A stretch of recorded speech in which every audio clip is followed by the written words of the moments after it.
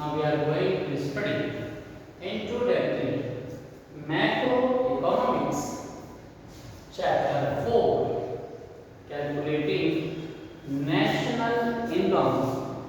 Okay, revision part 8. Okay students, तो इस parts में हम जो रिवीजन है वो हम एक जो न्यूमेरिकल है हम उसकी यहाँ पर हम बात करेंगे कि हम कैसे न्यूमेरिकल को सॉल्व करते हैं। उसके लिए हमने आपके पास सारे कन्वर्जन्स आपको समझा दिए थे, हमने सारे आपको जो मेथड्स हैं वो भी आपको फॉर्मेट हैं वो सब आपको लिखवा दिए थे। अब हमें क्या करना है, उन फॉर्मेट का यूज़ करना है और हमें जो क्वेश्चंस है उसे सॉल्व करना है। तो उसके लिए सबसे पहले तो हमारे पास क्वेश्चंस का होना बहुत जरूरी है। तो यहाँ हम क्वेश्चंस को एक जो यहाँ क्वेश्चंस है पहले हम यहाँ क्वेश्चन लिखेंगे और उस क्वेश्चन के बाद फिर हम जो भी मेथड्स है उस मेथड से उसे हम यहाँ पर नोट कर लेंगे, उसे बता देंगे। ओके, तो सबसे पहले हम यहाँ पर एक क्वेश्चन लिखेंगे। तो क्वेश्चन के लिए हमें एक बुक की जरूरत पड़ेगी, तो ये बुक से हम एक क्वेश्चन यहाँ पर लिख देते हैं। तो ये आपके पास एक क्वेश्चन है, हमारे पास बुक है, तो इस बुक से हम यहाँ पर क्वेश्चन लिख देते हैं। तो यहाँ देखें तो यहाँ पर लिखा है calculate national income by income method और बाय एक्सपेंडिचर मेथड। तो यहाँ आप देखें तो जो कुछ इंफॉर्मेशन है वो यहाँ पर इस तरह से लिखी हुई है, वेजेस एंड सैलरी। देखें वेजेस एंड सैलरी,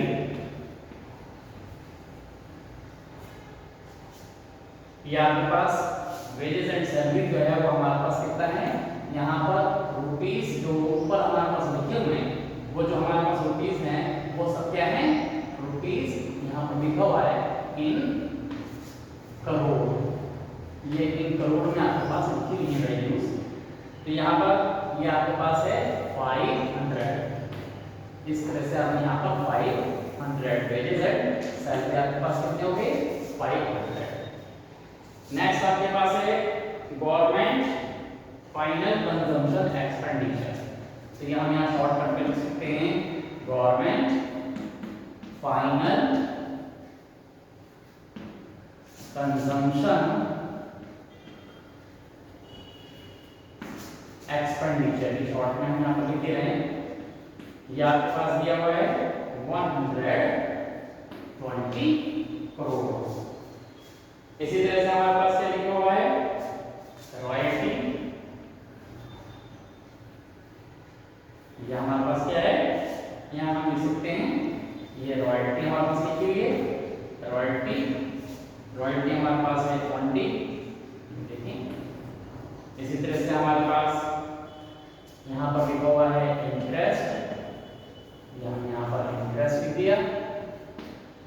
इंटरेस्ट कितना दिया हुआ है, 40। ये हमने यहाँ 40 लिख दिया। फिर इसके बाद हमारे पास क्या लिखा है, प्राइवेट फाइनल कंजम्पशन। ये private, okay, private final consumption expenditure. ये हमारे पास कितना दिया हुआ है, ये दिया रखा है 600। देखिए 600 करोड़ में दिया हुआ है। फिर हमारे पास चेंज इन स्टॉक, हम यहाँ चेंज इन स्टॉक को इस तरह से लिख रहे हैं, चेंज इन स्टॉक। ये कितना है आपके पास, चेंज इन स्टॉक जो है वो आपके पास 10। इसके बाद आपके पास इनडायरेक्ट टैक्स, यहाँ पर हम लिख सकते हैं, यहाँ पर लिखा हुआ है इनडायरेक्ट टैक्स। इनडायरेक्ट टैक्सेस जो हमारे पास हैं वो आपके पास कितने हैं, 100। ये 100। फिर इसके बाद आपके पास रेंट है, ये रेंट आपने लिखा, रेंट। रेंट आपके पास है 50। ओके,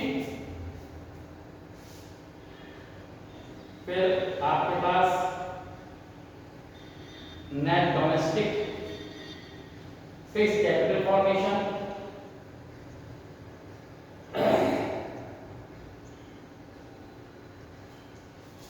यहां पर आपने लिख दिया net domestic fixed capital formation, तो यहां पर लिख दिया नेट डोमेस्टिक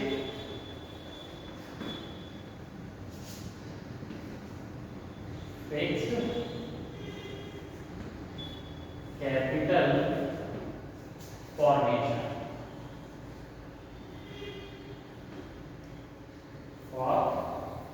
यहाँ पर लिखिए फॉर्मेशन। ये आपके पास दिया हुआ है 60।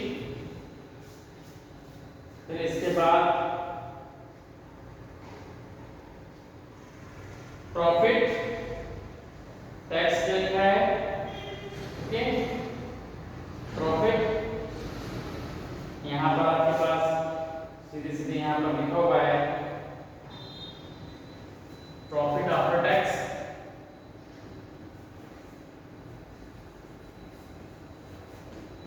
प्रॉफिट आफ्टर टैक्स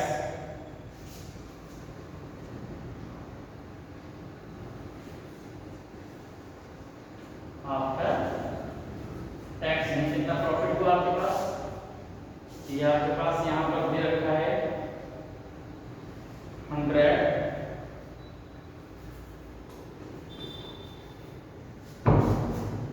इसी तरह से सब्सिडीज, यहां पर आपके पास सब्सिडीज दी हुई हैं, देखिए यहां पर सब्सिडीज,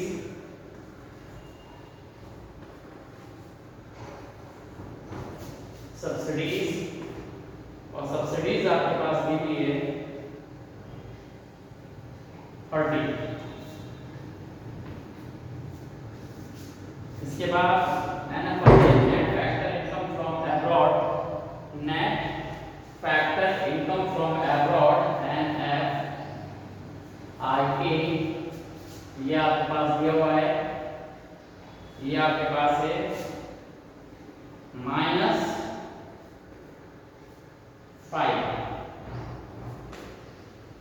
और एक आपके पास नेट एक्सपोर्ट दिया हुआ है, नेट एक्सपोर्ट, नेट एक्सपोर्ट, तो नेट एक्सपोर्ट आपके पास है -20।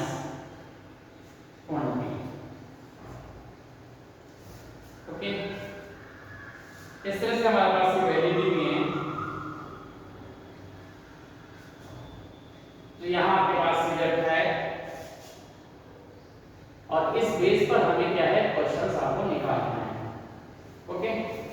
तो ये क्वेश्चंस आपको कैलकुलेट करना है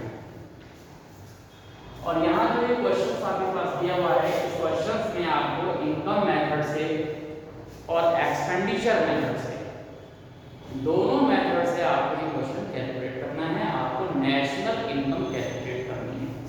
तो कैलकुलेट यहाँ पर लिखा होगा, क्वेश्चन जो है आपको कैलकुलेट क्या है, नेशनल इनकम, आपको नेशनल इनकम कैलकुलेट करनी है। तो यहाँ पर आप देख सकते हैं कैलकुलेट नेशनल इनकम। अब नेशनल इनकम है तो हमें क्या कैलकुलेट करना होता है, हमें कैलकुलेट करना होता है NNPFC, ये हमें कैलकुलेट करना पड़ता है, ओके। ये चीज आपको कैलकुलेट करनी है। तो हमने इनकम मेथड के जो क्वेश्चंस आपके पास हैं उनमें सबसे पहले हमने ये बताया है कि दो फॉर्मेट आपको, दो जो स्टेप है उसमें आपके पास चलते हैं। तो आपको वैसे ही यहाँ पर आपको करना होगा उसे, कैसे आप उसे कैलकुलेट करेंगे। तो यहाँ देखें कि step one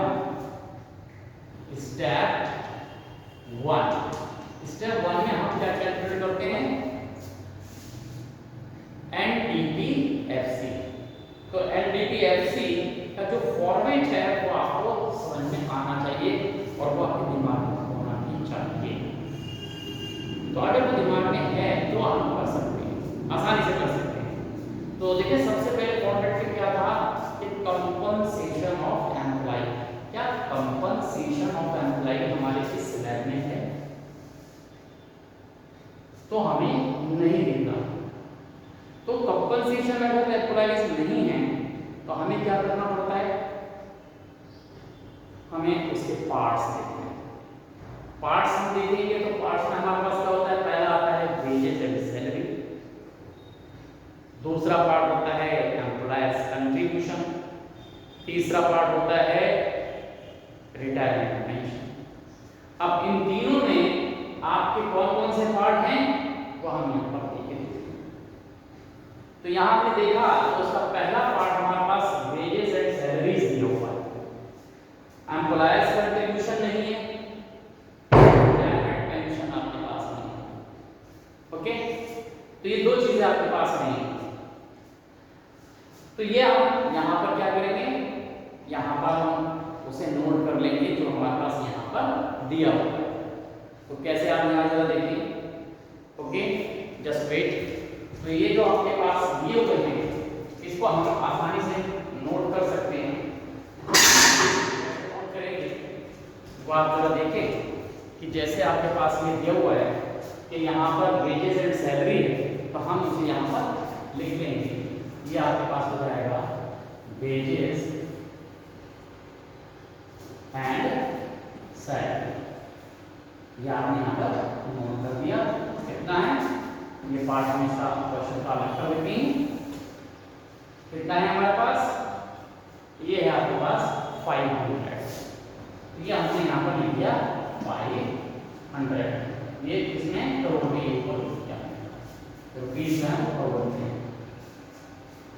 wages and salary का आपके पास हो गया। दूसरा पार्ट हमने देखा एम्प्लॉयज कंट्रीब्यूशन नहीं है। फिर हमने यहाँ देखा रिटायरमेंट पेंशन, वो भी हमारे पास यहाँ कहीं नहीं है। ओके, तो फिर हम क्या करेंगे, हम अगले पोर्शन पे चलते हैं जहां पर आता है उसका ऑपरेटिंग सरप्लस। तो ऑपरेटिंग सरप्लस क्या लिखा हुआ है हमने यहाँ फिर से एक बार चेक किया तो हमें कहीं पर भी ना दिखाई नहीं दिया, तो ऑपरेटिंग सरप्लस नहीं है। तो हम क्या करेंगे, ऑपरेटिंग सरप्लस के जो पार्ट्स हैं उनको चेक करेंगे। तो कौन कौन से पार्ट आते हैं आपके पास, चार आपके पास पार्ट हैं। पहला आपके पास क्या होता है, रेंट होता है। तो आपने यहाँ पर क्या लिखा, रेंट। क्या रेंट है, तो रेंट आपने देखा यहाँ पर रेंट है, तो ये रेंट कितना है 50, तो आपने रेंट यहाँ पर लिख दिया 50। फिर आपके पास इंटरेस्ट आपने देखा, क्या इंटरेस्ट आपके पास है, तो इंटरेस्ट भी हमने यहाँ पर देखा है, ये इंटरेस्ट भी हमारे पास ये है 40, तो ये हमने यहाँ पर 40 लिखा है। ओके, फिर हमारे पास प्रॉफिट, तो प्रॉफिट कितना है वो भी आप देखिए। तो ये प्रॉफिट, टोटल जो प्रॉफिट है हमारे पास, यहाँ देखिए प्रॉफिट, ये आपका जो टोटल जो प्रॉफिट आया है वो कितना है आपके पास 30। ये आपके पास प्रॉफिट, ये आपने यहाँ लिख दिया, यहाँ प्रॉफिट, प्रॉफिट है कितना 30, तो ये आपने यहाँ पर 30। एक पार्ट और होगा रॉयल्टी, तो रॉयल्टी हमारे पास ये है रॉयल्टी, तो यहाँ पर आपने क्या कर देना है, यहाँ पर आप रॉयल्टी, ये आप यहाँ पर लिख लीजिए रॉयल्टी। रॉयल्टी कितनी है, रॉयल्टी है 20, तो ये 20 जो है आपके पास यहाँ पर रॉयल्टी, तो रॉयल्टी आपने यहाँ पर लिख दिया। उसके बाद मिक्स्ड इनकम या सेल्फ अर्निंग देखते हैं। तो क्या आपके पास यहाँ सेल्फ अर्निंग है, नहीं है, तो वह हम उसको नहीं लिखेंगे, हमारे पास नहीं है। तो यही हमारे पास क्या होता है फॉर्मेट में एनडीटीएफ होता है। मिक्स्ड इनकम देखते हैं, मिक्स्ड इनकम नहीं है, तो ये हमारे पास क्या बन जाता है पी एफ सी, ये आपके पास एनडीपी एफ सी मिलेगा। समझ में आ गया? क्या हमने क्या करना होता है, सबसे पहले कंपनसेशन देखते हैं, अगर कंपनसेशन नहीं दिया है तो उसके पार्ट्स देखते हैं। 3 पार्ट्स है आपके पास। पहला पार्ट वेजेस एंड सैलरीज जो दिया था हमने नोट कर लिया। दूसरा है एम्प्लॉयज कंट्रीब्यूशन, एम्प्लॉयज कंट्रीब्यूशन दिया नहीं है। रिटायरमेंट पेंशन वो भी नहीं दिए, तो कंपनसेशन वाला पार्ट में एक ही चीज दी है वो हमने नोट कर लिया। इसके बाद ऑपरेटिंग सरप्लस, ऑपरेटिंग सरप्लस के नाम से नहीं है तो उसके हम पार्ट्स देखते हैं। तो ये पार्ट्स हमारे पास यहाँ पर दिए हुए हैं, तो उनके हमें 4 पार्ट्स होते हैं, तो चारों पार्ट्स हमारे पास यहाँ दिए हुए हैं, तो उन सब पार्ट्स को हमने यहाँ पर मेंशन कर दिया। फिर ऑपरेटिंग सरप्लस के बाद हम देखते हैं मिक्स्ड इनकम, और मिक्स्ड इनकम हमारे पास यहाँ नहीं है, तो मिक्स्ड इनकम यहाँ पर नहीं दी गई है, इसलिए हमारे पास क्या है, हम उसे वहाँ भी यहाँ पर नोट नहीं कर रहे तो वो दी नहीं, लेकिन ये भी अगर मिक्स्ड इनकम लिखा तो 0 हो जाएगा। तो इन सबको हम ऐड कर लेंगे तो ये हमारे पास एनडीपी एफसी बन जाएगा। तो ये आपने यहाँ ऐड कर देना है, तो ये कितना हो गया 0, आपने 0 लिख दिया। फिर 5 9 12 14 1 कैरी 6, ये यहाँ पर 6 आ रहा है। तो ये जो कोड है ये क्या हो गया, एनडीपीएफसी यानी कि जो डोमेस्टिक इनकम है वो हमारे पास आ गई 640। ओके, तो ये पहला पार्ट आपके पास है कि पहले जो आपके पास क्वेश्चन है उसका ये निकला है। फिर इसके बाद हम करते हैं सेकंड स्टेप। अब सेकंड स्टेप में आप क्या करते हैं, स्टेप सेकंड में क्या पूछा गया है, जो चीज पूछी गई है या तो नेशनल इनकम पूछी जाएगी, अगर नेशनल इनकम नहीं पूछा है तो उसका कोई एग्रीगेट जैसे कि जीएनपी, जीडीपी, एनडीपी, एनपी, इस तरह से कुछ भी पूछा जा सकता है। तो वो जो भी पूछा गया है वो हम यहाँ पर सेकंड स्टेप में नोट करते हैं। तो पहला स्टेप आपको समझ में आ गया। अब दूसरे स्टेप में हमें यहाँ क्या करना है, एनएनपीएफसी। तो हमारे पास क्या है, एनएनपीएफसी हम यहाँ पर कैलकुलेट करेंगे, और ये कैलकुलेट करने के लिए जो हमने निकाला है उसी को हम यूज करते हैं। क्या कैलकुलेट कर लिया है, एनडीपीएफसी। तो ये एनडीपीएफसी देखें ये आपके पास है। अब यहां से कन्वर्जन कर सकते हैं इसमें। तो कन्वर्जन हम कैसे कर रहे हैं, इसका पहला पार्ट इसके पहले पार्ट में, इसका सेकंड पार्ट सेकंड पार्ट में, और ये लास्ट वाला लास्ट में। तो यहाँ केवल हमें n से n, दोनों n है, नहीं कन्वर्जन करना है। डी डोमेस्टिक और नेशनल इसे हमें करना है,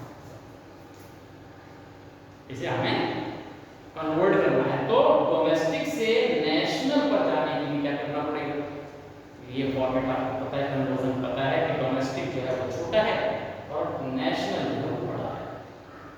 तो इन दोनों का जो रिलेशन NFIA से होता है, net factor income from abroad, यहां से होता है। तो ये हम यहां पर लिख देंगे क्या, क्योंकि छोटे से बड़े को जाना है तो प्लस NFIA।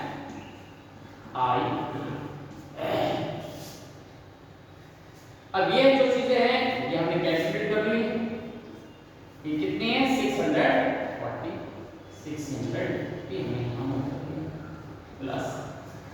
अब बाकी हम स्लैब से यहाँ देखेंगे, हो सकता है कि आपको स्लैब में नीचे की वैल्यू नहीं दिख रही है, लेकिन यहाँ पर NFIA जो है वो दिया हुआ है, net factor income from abroad जो है वो यहाँ पर दिया हुआ है, और वो हमारे पास है विद साइन -5। तो वो -5 विद साइन हम यहाँ पर नोट कर लेंगे, क्योंकि यहाँ प्लस होता है और यहाँ पर जब हम लिखेंगे वो माइनस में दिया हुआ है, तो -5 यहाँ पर हम नोट करेंगे लाइक दिस। तो जब हमने यहाँ पर नोट कर दिया तो ये हमारे पास क्या आ जाएगा, ये प्लस माइनस हो जाएगा, यहाँ 640 और यहाँ माइनस आ जाएगा 5, और फाइनली जो आपके पास आंसर आ गया वो क्या हो गया 630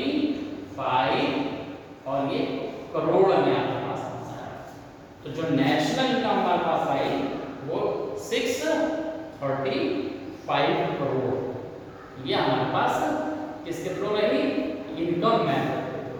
तो ये इनकम मेथड से हमने यहाँ पर इसको सॉल्व किया है। तो इनकम मेथड में हमारे पास क्या आ जाएगा, ये जो NNPFC है वो 635 करोड़ आ जाएगा। तो इस तरह से जो भी फॉर्मेट आपके पास होता है उसी को यूज करना होता है। और ये जो स्लैब है आपके पास, ये आपके पास बुक में दिया होगा, पेपर में दिया होता है। तो जब ये पेपर में दिया होता है तो आप इसको यहाँ पर सॉल्व करते हैं। ओके, तो इस तरह से हमारे पास ये दोनों चीजें आपको क्या करनी है, वो आपको यहाँ पर दोनों स्टेप यहाँ पर शो करने होते हैं और दोनों से आप करें, स्टेप बाय स्टेप आप करें। अगर एक साथ ही आप डायरेक्ट निकालते हैं तो ये सब इंक्लूड हो जाता है उसके अंदर से, और कोई भी वैल्यू अगर बाय चांस कहीं गलत लिख गई तो वो फिर आंसर 0 होने पर वही क्वेश्चन कट कर दिया जाता है। इसीलिए क्या करें, स्टेप से आप करें। तो अगर यहाँ पर स्टेप आपके सब सही हैं और कोई वैल्यू गलत हो गई है तो आपको मार्किंग वही स्टेप की मिल जाती है। तो इस तरह से आप इसको कैलकुलेट करेंगे। ओके, तो ये आपके पास जो अभी आपने यहाँ जो सीखा है वो नेशनल इनकम, किससे, इनकम मेथड से निकाली। तो इनकम मेथड से आपके पास निकाली गई है। और ये जो आपके पास जो क्वेश्चंस हैं वो आप करेंगे। बुक्स में आपके पास बहुत सारे क्वेश्चन हैं, इसके अलावा हम और भी क्वेश्चंस आपको भेज देंगे जिसे आप सॉल्व करेंगे। ओके, और नेक्स्ट वीडियो में जो आप प्रैक्टिस कराएंगे वो एक्सपेंडिचर मेथड पे कराएंगे। ओके, तो एक्सपेंडिचर मेथड से हम इस क्वेश्चन को सॉल्व करेंगे। ओके, और ये याद रखना है आपको कि इनकम मेथड से आपने क्वेश्चन किया है या फिर एक्सपेंडिचर मेथड से क्वेश्चन किया है या फिर आपने प्रोडक्शन मेथड से क्वेश्चन किया है। अगर नेशनल इनकम पूछा है तो तीनों ही मेथड से नेशनल इनकम की वैल्यू जो है वो इक्वल आती है। अगर अलग अलग आई आपकी, क्योंकि उसमें जो तो बड़ा क्वेश्चन है उसके अंदर पूछा जाता है 6 नंबर में, तो दो चीजें पूछी जाती हैं, एक इनकम और एक एक्सपेंडिचर। तो अगर अलग अलग आ रही है तो चेक करो कहाँ गलत है। ओके, और जो अभी आपका जो सिलेबस आपका जो डिसाइड हुआ यूनिट फर्स्ट के लिए वो आप समझ लीजिए। तो 24 से आपके पास यूनिट फर्स्ट आपका शुरू है, ऑनलाइन आपका पेपर बनेगा, उसका फॉर्मेट जो है हम आपको व्हाट्सएप पे फॉर्मेट ये भी देंगे। उसमें सिलेबस और आपका जो ब्लूप्रिंट है वो दोनों चीज़ें उसके अंदर मेंशन होंगी। तो ये 5 चैप्टर जो हैं टोटल आपके पास आएंगे। इन 5 चैप्टर्स को आप अच्छी तरह से तैयार करना है। ओके, तो अगर वो आप तैयार कर लेते हैं तो ज़्यादा अच्छा रहेगा। 50 नंबर का जो है पेपर आपके पास आएगा। ओके, उसमें सारी चीज़ें होंगी, MCQ भी होंगे, 10 MCQ भी होंगे, उसमें 1 वर्ड के आंसर भी होंगे, 1 लाइन के भी आंसर होंगे और उसमें 3 नंबर वाले क्वेश्चन भी होंगे। तो वो जो फॉर्मेट है इसका वो आपको ब्लूप्रिंट जो है आपके पास वो हम आपको व्हाट्सएप पे थ्रू वो आपको भेज देंगे। तब तक आप ये क्वेश्चन को करिए, प्रैक्टिस करिए। ओके, लर्न करिए और यूनिट फर्स्ट जो है आप अच्छी तरह से देखिए। Okay, thank you.